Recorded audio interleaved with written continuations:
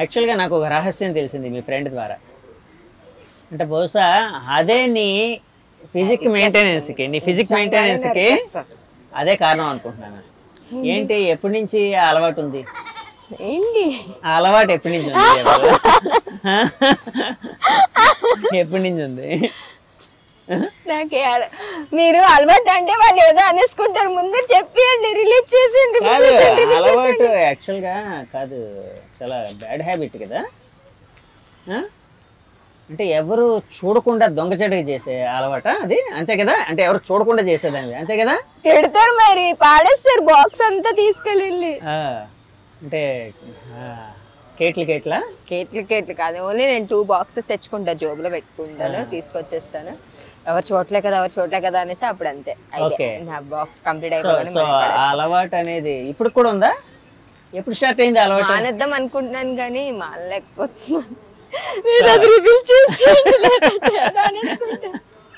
So అలా కాదు, ఏంటది అంటే అది అంటే ఎంజాయ్ చేస్తూ చేస్తావా? అది వీడియోస్ చూస్తూ మనకి కూడా అలానే అనిపిస్తూ ఉండదు, సో అందుకే నేను తింటూ ఉంటా.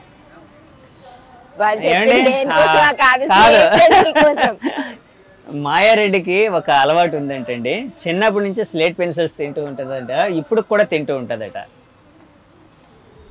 బలపం అంటే బలపం పట్టి బామ వల్ల పాట ఏమైనా ఇన్స్పిరేషన్ నీకు? బలపం పట్టే బామ వల్ల నేర్చుకుంటా. సో ఆ బలపం తినడం ఎప్పటి నుంచి వచ్చింది? చిన్నప్పుడా? ఇప్పుడు తింటున్నావా?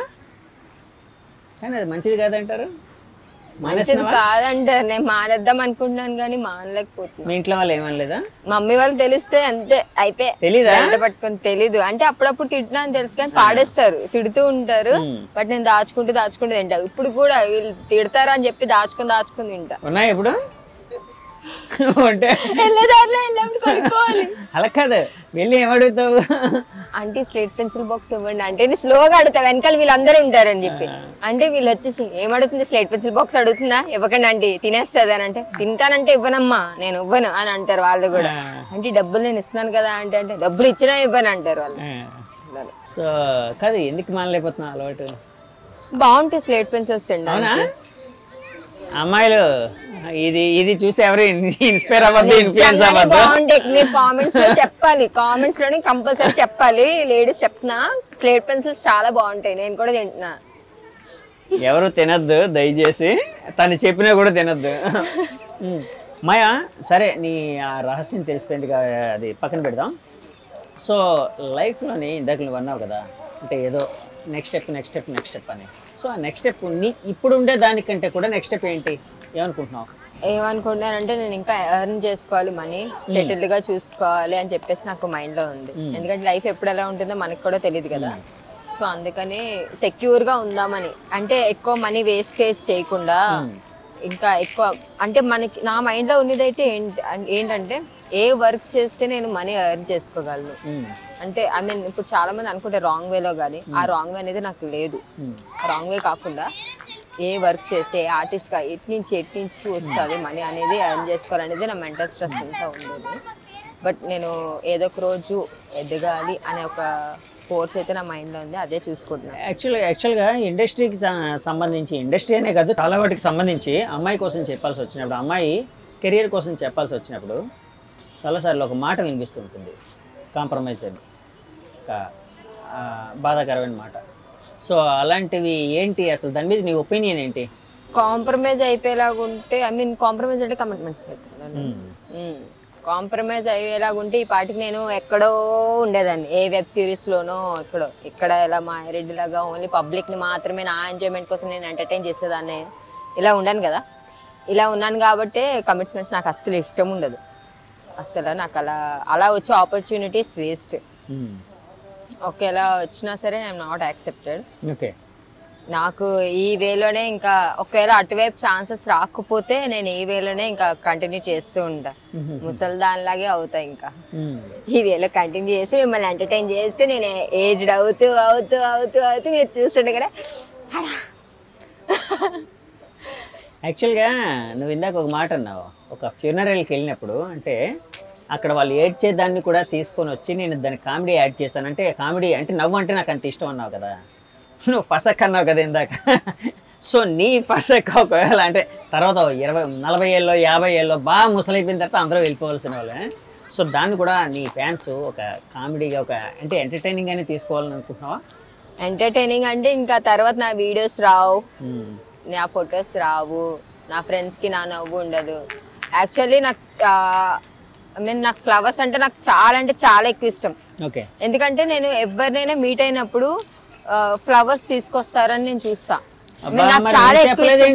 నేను ఎందుకు చెప్తాను కాదు, ఇలాంటివి ఎక్కడో దగ్గర ఒక చిన్న హింట్ ఇస్తే మరి మేము అల్లుకుపోతాం, అంతేగాని బేసిక్ గా నాకు చాలా ఇష్టం ఫ్లవర్స్. ఎందుకంటే నేను చనిపోయిన తర్వాత నా ఫోటో దగ్గర పెట్టేది నేను రిసీవ్ చేసుకోలేను.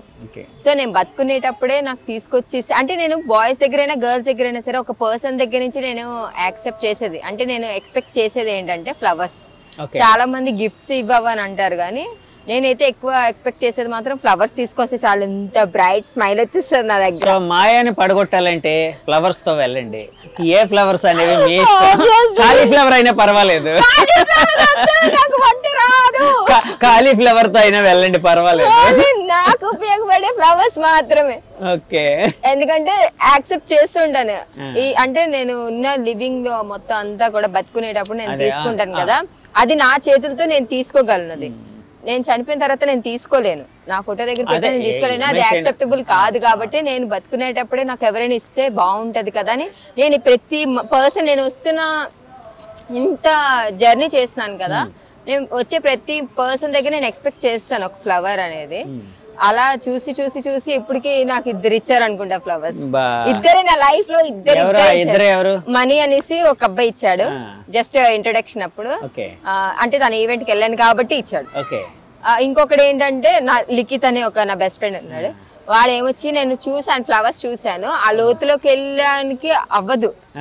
అంటే ఐ మీన్ లోటస్ ఉంటాయి కదా, ఆ లోటస్ తోపన ఏవో రూట్స్ ఉంటే లాగేస్తాయి అంటారు కదా. నేను ఒక పక్కన కెమెరా తుడుస్తూ కూర్చున్నా, షెడ్యూల్ కోసం వెళ్ళాము, కూర్చుంటే తను ఇన్ని ఫ్లవర్స్ పట్టుకొస్తున్నాడు అనమాట. నాకు ఇన్ని ఫ్లవర్స్ పట్టుకొస్తుంటే నాకు అలా అంటే నా ఐస్ బ్లింక్ బ్లష్ మొత్తం స్టమక్ అంతా బటర్ఫ్లైస్ నిండిపోయింది. అయితే తీసుకుంటున్నా కానీ తన కష్టం, అది అక్కడికి వెళ్ళకూడదు, అది మనకు తెలిసిందే కదా రూట్స్ అన్ని చేస్తాను. దిగి ఆ ఫ్లవర్స్ నాకు ఇష్టం అని చెప్పి తెంపుకొచ్చాడు. తెంపుకొస్తేనే ఆ ఫ్లవర్స్ తీసుకొని నేను ఎగ్జైట్ అవ్వాలా లేదంటే తను ఎందుకు అందులోకి వెళ్ళాడని డిసప్పాయింట్ చేసి అగ్రెసివ్ గా అవ్వాలా అని చెప్పేసి నేను ఫుల్ గా ఇంకా అయిపోయా. బట్ ఆ మూమెంట్ మాత్రం నేను ఎప్పటికీ మర్చిపోవా. అబ్బాయిని తిట్టడమా చంపడం ఒకటే తక్కువ, ఎందుకంటే ఫ్లవర్స్ ఇంపార్టెంట్ కాదు, మనిషి ఇంపార్టెంట్ కదా అక్కడ. సో అందుకని సో నిన్ను పాపం మెస్మరైజ్ చేద్దామని ఫ్లవర్స్ కోసం వెళ్ళాడు, ఆయన ఆఖరికి అలాగైపోయింది. సరే మాయా, అంటే ఇలా మాట్లాడుకుంటూ ఇంటర్వ్యూ ఎంతసేపు అయినా చేయాలనిపిస్తుంది కానీ సో టైం బీయింగ్ కాబట్టి అంటే ఆడియన్స్ కూడా ఎక్కువ మంది ఎక్కువ నాకు ఇంట్రెస్ట్ పోయింది సార్ కాదు అనుకుంటారు, ఇంకా ఇంట్రెస్ట్ పోయింది సార్ ఆడియన్స్ అనుకుంటారా అలాగా.